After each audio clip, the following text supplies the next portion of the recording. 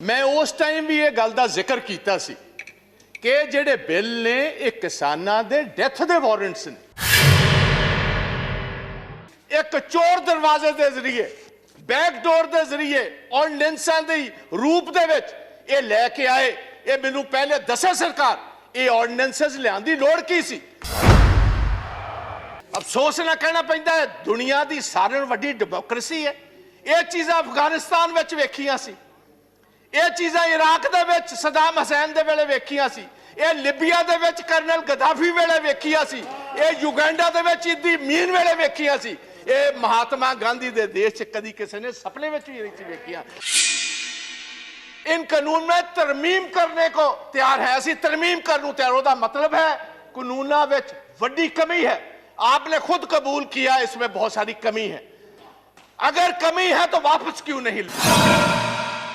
Nationalism साडा हर एक बच्चा हर महीने नेशनल फ्लैग में लिपटकर हर महीने पंजाब और हरियाणा का आता है।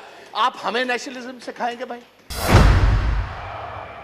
आज मैं विशेष तौर समुचे जगत दे विच जिहड़े साडे पंजाबी वीर पंजाबी दे विच एक अपने नुमाइंदे की गल सुनना चाहते हैं, उन्होंने संदेश हिंदुस्तान की पार्लीमेंट तो पंजाबी विच देना चाहना। चेयरमैन साहब, जदों 20 सितंबर नूं इसे ही हाउस दे विच एक कानून नूं पास करन दी जिहड़े एग्रीकल्चर दे साडे बिल है ने उन्हां नूं पास करन दे इत्थे बहस चल रही सी। मैनूं मान है मेरी पार्टी इंडियन नैशनल कांग्रेस ने मैनूं मौका दिता एज ए लीड स्पीकर गल करन दा। मैं उस टाइम भी ये गल का जिक्र किया सी कि जिहड़े बिल ने ये किसानां दे डेथ दे वारंट्स ने, ते कोई भी जिहड़ा हिंदुस्तान च रहन वाला मेरा वीर है वो किसानां दे डेथ वारंटां ते दस्तखत नहीं करेगा। तुसी वेखो, तुसी उदों गल नहीं मन्नी। साडा हक सी, सारी ओपोजिशन मंगदी सी कि बुनियादी हक जिहड़ा कॉन्स्टिट्यूशन ने दिता सानू डिवीजन का इत्थे वोटिंग कराई जाए। तुहाडी उस टाइम भी जिहड़ी सरकार दी मंशा सी वो सही नहीं सी। तुसी धोखे दे नाल, तुसी धोखाधड़ी दे नाल जल्दी दे विच कानून बनाना चाहते सी, क्योंकि कुछ जिहड़े अमीर आदमी सी, वड्डे कॉरपोरेट हाउसेस सी, उन्होंने तुसी बेनिफिट देना चाहते सी। तुसी काले सी। कोरोना दे विच मैनूं हैरानी है, सारी दुनिया जूझ रही है कोरोना दे नाल, साडा देश जूझ रहा कोरोना नाल। 2 वक्त की रोटी गरीब लोगों को नहीं मिल रही। साडी माइग्रेंट लेबर बेचारी पैदल साइकिलों से बिहार, उत्तराखंड, यूपी वाल जा रही है। गवर्नमेंट को कोई प्रबंध नहीं उन्होंने वापस कर लेंदा। उस टाइम एक चोर दरवाजे के जरिए बैकडोर के जरिए ऑर्डिनेंसां दे रूप दे विच ये लैके आए। ये मैनूं पहले दसे सरकार ये ऑर्डिनेंसेस लियाउण दी लोड़ की सी। जे असीं 71 साल 72 साल इन्हां कानूनां दी इंतजार कर सकते सी ते 6 महीने होर क्यों नहीं सी कीती जा सकती?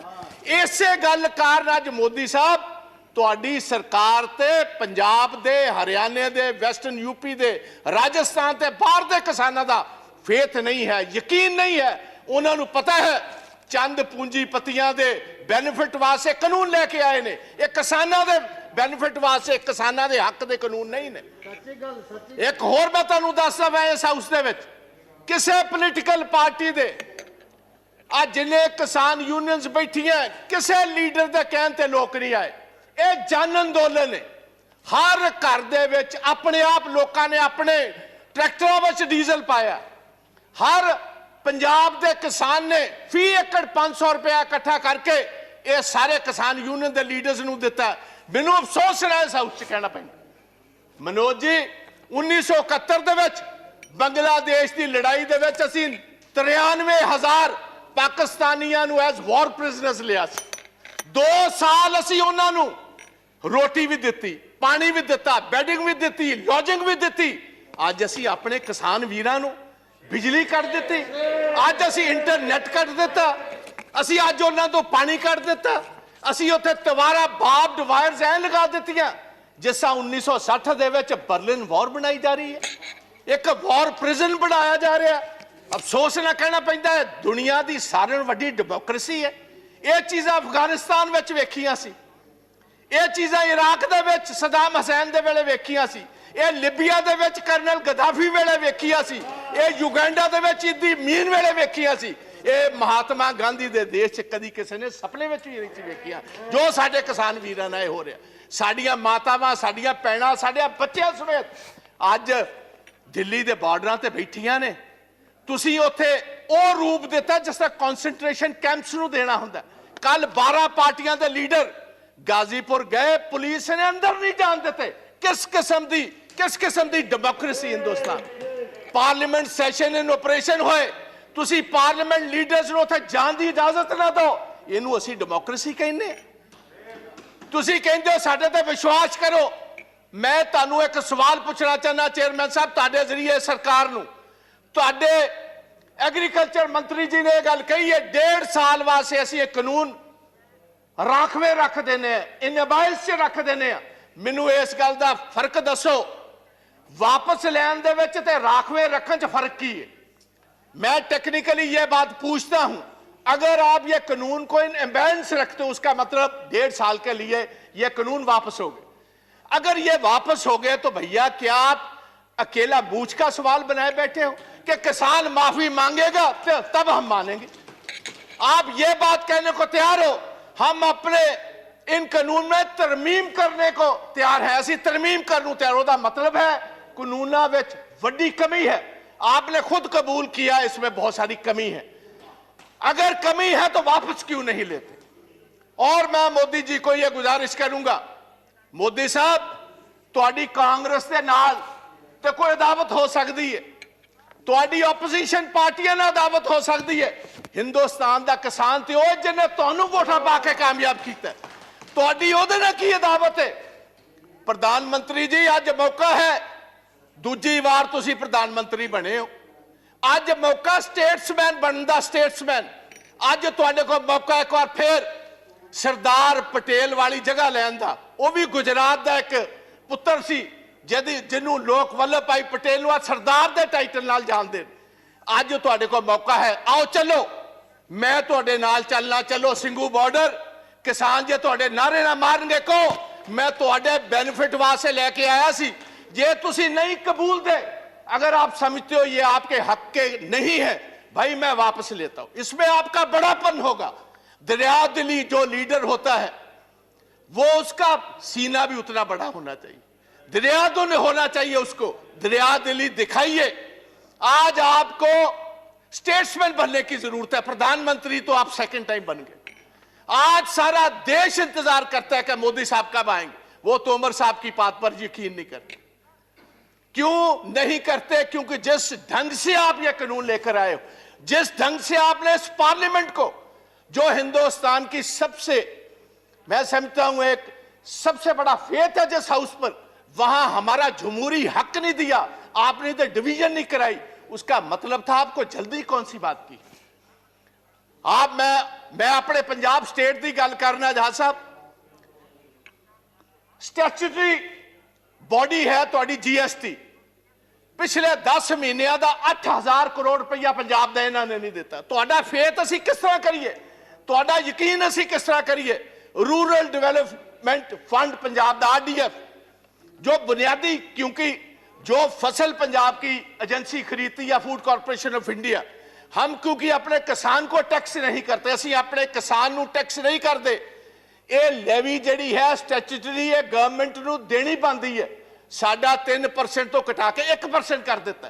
तुसीं कहंदे हो पंजाब के लोग तुहाडे ते फेथ कर, किस तरह फेथ कर? तुसीं दुश्मनां वाला काम साडे नाल कर रहे हो। मैं एक होर कहना चाहना इस हाउस दे विच, ये नवीं हिस्टरी नहीं, गुलाम नबी आजाद साहब ने बहुत खूबसूरत ढंग नाल दस्सिया सी अंग्रेज़ों के खिलाफ, ब्रिटिश गवर्नमेंट के खिलाफ।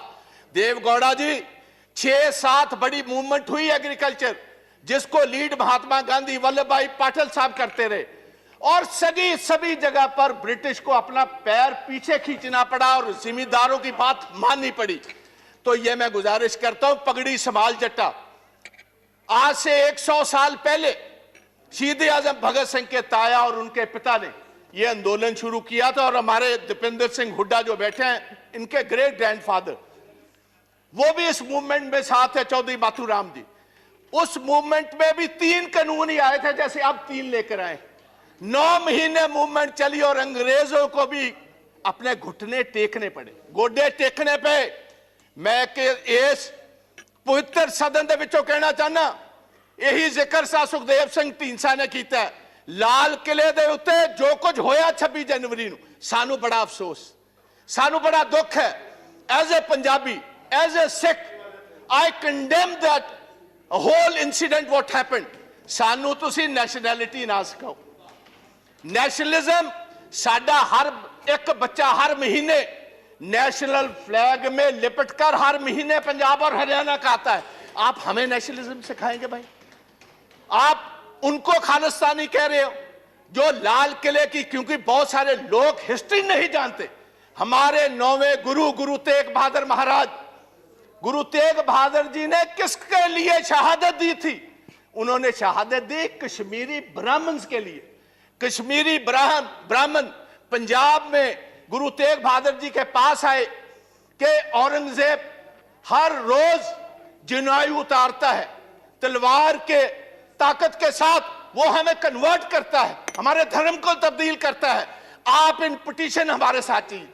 जैसे कोई वकील लेकर जाता है, वो इन पिटीशन लेकर औरंगजेब के पास आए और औरंगजेब ने इसी लाल किले से, जिसका आप जिक्र करते हो, इसी लाल किले से ये कहा जो पिटीशन लेकर आए इसका सर कलम कर दिया जाए।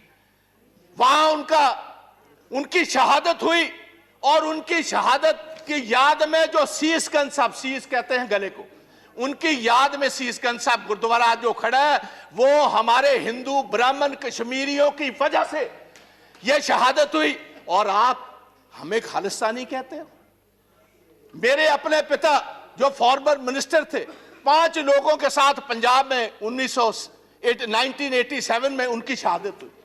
मेरे अपने बड़े भाई जो ब्रिगेडियर हैं इंडियन आर्मी के, retired, he was the one who was commanding the 192 mountain brigade, जिसने देश के लिए ये टाइगर हिल जीती। He was commanding 192 mountain brigade. आप हमें खालिस्तानी कहते हैं? आप हमें कहते हो एंटी नेशनलिस्ट हैं ये लोग? और मैं ये चाहूंगा on the floor of the house, I demand कि इधर एक सुप्रीम कोर्ट का सिटिंग जज टाइम बाउंड एक इंक्वायरी करे 2 महीने में, ये बताए वो कौन सी ताकतें हैं जिन्होंने, क्योंकि ये जितनी किसान जथेबंदियां हैं इनको टाइम दिया गया था 10 बजे सभी स्टार्ट होंगी दिल्ली के इर्द गिर्द जुलूस जो एक पुलिस के साथ, और 8 बजे कुछ शरारती एलिमेंट्स को यह इशारा कर दिया गया कि जो आपको दिया हुआ रूट है उस पर चलने की जरूरत नहीं, आप तोड़ो इस रूट को, बैरिकेडिंग तोड़ो, सीधी आईटीओ पर पहुंचो। आईटीओ से लाल किला तो बहुत सारों ने देखा ही नहीं था। और एक ये भी बात मैं हाउस में बताना चाहता हूं, ओ भैया, ये लाल किले जिसकी आप बात करते हो, ये जिस आपको पता मुगल राज में ये स्थापित हुआ है, और 300 साल पहले जो गुरु तेग बहादुर जी की कुर्बानी है, उसके बाद गुरु गोविंद सिंह महाराज, उनके 2 बड़े साहबजादे शहीद हुए। छोटे 2 साहबजादों को जिंदा दीवारों में चिन दिया गया। अगर गुरु गोविंद ना होते इस देश की एक शक्ल ही और होती। आप हमें कह रहे हो, किसी को गद्दार कह रहे हो, किसी को आप एंटी नेशनल कह रहे हो। पहले सोचना, और ऐसा मैं गुजारिश करना चाहूंगा गवर्नमेंट, ऐसा काम मत करो। दुश्मन हमारे बहुत, जो हमारी फॉरेन पॉलिसीज हैं, आप पाकिस्तान को तो छोड़ ही दीजिए भाई, सारा अरब वर्ल्ड आपके खिलाफ, चाइना आपके खिलाफ, रशिया आपके उल्ट चल रहा है। जाकर आपने वोट ट्रंप की मांगी, बाइडेन आपके खिलाफ। वो आपके साथ भाई कौन है? अगर कुछ आपके साथ नेशनलिस्ट होकर आप उनको भी तोड़ना चाहते हो, उनको भी डराना चाहते हो, उनको भी धमकाना चाहते हो, ये कभी नहीं चलेगा।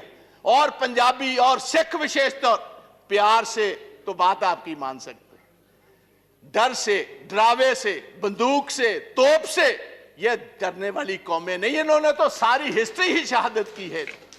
तो मेरी गुजारिश है, ये ब्लैक लॉज वापस लीजिए, ये काले कानून वापस लीजिए। प्रधानमंत्री जी, आप कहते हो मैं एक कॉल अवे हूं। भाई, किसी के पास आपका नंबर है?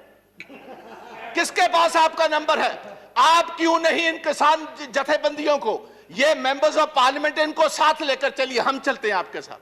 आओ, आपके जय जयकार के वहां नारे लगवाएंगे। आप इन कानूनों को वापस लीजिए। आप 1.5 साल के बाद नए कानून लाइए, सिलेक्ट कमेटी में भेजिए। जितने स्टेक होल्डर्स हैं, किसान जथेबंदियां हैं, किसान हैं, मेंबर्स ऑफ पार्लियामेंट हैं, चीफ मिनिस्टर हैं, हमारे एग्रीकल्चर साइंटिस्ट हैं, उनको कहिए खेती के लिए, किसानों के लिए कौन सी सबसे बेहतरीन कानून है। कॉर्पोरेट्स के लिए नहीं, कॉर्पोरेट्स को हम बेनिफिट नहीं देंगे, हम किसानों के बेनिफिट के लिए कानून लाओ, हम आगे होकर आपकी मदद करेंगे। आओ एक नई इतिहास की सृजना करें। मैं इतना ही कहता हुआ एक लास्ट में थैंक यू धन्यवाद प्लीज भारद्वाज जी। एक बस मैंने किसानों के लिए, पंजाब के किसानों के लिए एक छोटी सी कविता लिखी है, वो पढ़कर इजाजत ले लूंगा। कहते ने चीर देंदे ने पहाड़ हुंदा जिन्हां नूं जनून, रह के मंजिलां तो दूर किथे मिलदा है सकून, हारदे नहीं हुंदे मर्द दलेर, बस हौसला बना के तुसी किसान वीरो रखियो, असी जितांगे जरूर जंग जारी रखियो, असी जितांगे जरूर जंग जारी रखियो। जय हिंद, जय जवान, जय किसान, ते वाहिगुरू जी का खालसा, वाहिगुरू जी की फतेह। मैं अपने ਇਹ ਮੋਢਿਆਂ ਤੇ ਗੋਡਿਆਂ ਤੋਂ ਬਹੁਤ ਦੁਖੀ ਸੀ। ਮੇਰੇ ਲਈ ਤਾਂ ਤੁਰਨਾ ਫਿਰਨਾ ਵੀ ਇੰਨਾ ਔਖਾ ਹੋਇਆ ਸੀ, ਮੈਂ ਦੱਸ ਵੀ ਨਹੀਂ ਸਕਦਾ। ਪਰ ਜਦ ਤੋਂ ਮੈਨੂੰ ਫੀ ਰਿਲੀਫ ਮਿਲਿਆ 2.5-3 ਮਹੀਨੇ ਇਸਤੇਮਾਲ ਕਰਨ ਤੋਂ ਬਾਅਦ ਗੋਡੇ ਵੀ ਓਕੇ, ਮੋਢੇ ਵੀ ਓਕੇ। ਜੀ ਤੁਸੀਂ ਵੀ ਕਿਸੇ ਇਸ ਤਰ੍ਹਾਂ ਦੀ ਬਿਮਾਰੀ ਤੋਂ ਪਰੇਸ਼ਾਨ ਹੋ ਤੇ ਬੇਝਿਜਕ ਹੋ ਕੇ ਇਸ ਨੂੰ ਇਸਤੇਮਾਲ ਕਰੋ। ਸਿਰਫ 2.5-3 ਮਹੀਨੇ ਇਹ 125 ਬਿਮਾਰੀਆਂ ਤੱਕ ਦਾ ਇਲਾਜ ਕਰ ਸਕਦਾ ਹੈ। ਫੀ ਰਿਲੀਫ ਹਮੇਸ਼ਾ ਯਾਦ ਰੱਖੋ। ਬਸ ਕੁਛ ਦਿਨਾਂ ਤੋਂ ਮੈਨੂੰ ਬਾਲਾਂ ਦੀ ਬੜੀ ਸਮੱਸਿਆ ਸੀ, ਮੇਰੇ ਬਾਲ ਝੜਨੇ ਸ਼ੁਰੂ ਹੋ ਗਏ ਸੀ। ਮੈਨੂੰ ਮੇਰੇ ਦੋਸਤ ਨੇ ਆਇਲ ਫੀ ਰਿਲੀਫ ਵਾਲੇ ਦੱਸਿਆ। ਮੈਂ ਇਹ ਤੇਲ 3 ਕੁ ਮਹੀਨੇ ਲਾਣਾ ਆਪਣੇ ਸਿਰ 'ਤੇ ਅਪਲਾਈ ਕੀਤਾ। ਇਹ ਬਿਲਕੁਲ ਆਯੁਰਵੈਦਿਕ ਤੇਲ ਹੈ, ਇਹਦਾ ਕੋਈ ਸਾਈਡ ਇਫੈਕਟ ਨਹੀਂ ਹੈ। ਅਤੇ ਮੇਰੇ ਬਾਲ ਜਿਹੜੇ ਗੰਜਪਣ ਪੈਣਾ ਸ਼ੁਰੂ ਹੋ ਗਿਆ ਸੀ, ਉਹ ਦੁਬਾਰਾ ਆਉਣ ਲੱਗ ਗਏ। ਅਤੇ ਮੈਨੂੰ ਤਾਂ ਬੜਾ ਫਾਇਦਾ ਦਿੱਤਾ ਇਸ ਨੇ। ਜੇ ਤੁਹਾਨੂੰ ਵੀ ਕਿਸੇ ਇਸ ਤਰ੍ਹਾਂ ਦੀ ਪ੍ਰੋਬਲਮ ਦਾ ਤੁਸੀਂ ਸਾਹਮਣਾ ਕਰ ਰਹੇ ਹੋ ਤਾਂ ਇਹ ਤੇਲ ਲਾਣਾ ਨਾ ਭੁੱਲੋ। ਕਿਤੇ ਨਾ ਕਿਤੇ ਅਸੀਂ ਆਪਣੇ ਬਾਲਾਂ ਕਰਕੇ ਸ਼ਰਮ ਫੀਲ ਕਰਦੇ ਹਾਂ ਕਿ ਸੋਸਾਇਟੀ 'ਚ ਬੈਠੇ ਹਾਂ ਕਿ ਕੋਈ ਮਜ਼ਾਕ ਨਾ ਕਰ ਰਿਹਾ ਹੋਏ, ਪਰ ਥੈਂਕਸ ਟੂ ਫ੍ਰੀ ਰਿਲੀਫ ਜਿਹਨੇ ਮੇਰਾ ਇਹ ਕੌਨਫੀਡੈਂਸ ਬਿਲਡ ਕੀਤਾ, ਜਿਹਦੇ ਲਗਾਉਣ ਨਾਲ ਮੈਂ ਮਾਰਕੀਟ 'ਚ ਹੁਣ ਬੜਾ ਹੀ ਕੌਨਫੀਡੈਂਟ ਹਾਂ ਔਰ ਇਹਦੇ ਨਾਲ ਮੈਨੂੰ ਬੜਾ ਫਾਇਦਾ ਹੋਇਆ। ਅਤੇ ਮੈਨੂੰ ਸਰਵਾਈਕਲ ਦੀ ਵੀ ਦਿੱਕਤ ਸੀ ਅਤੇ ਉਹਦੇ ਨਾਲ ਵੀ ਮੈਨੂੰ ਬੜਾ ਰਿਲੀਫ ਮਿਲਿਆ। ਇਹ ਯੂਜ਼ ਕਰੋ ਅਤੇ ਮੈਂ ਪ੍ਰੈਕਟੀਕਲ ਯੂਜ਼ ਕਰ ਰਿਹਾ।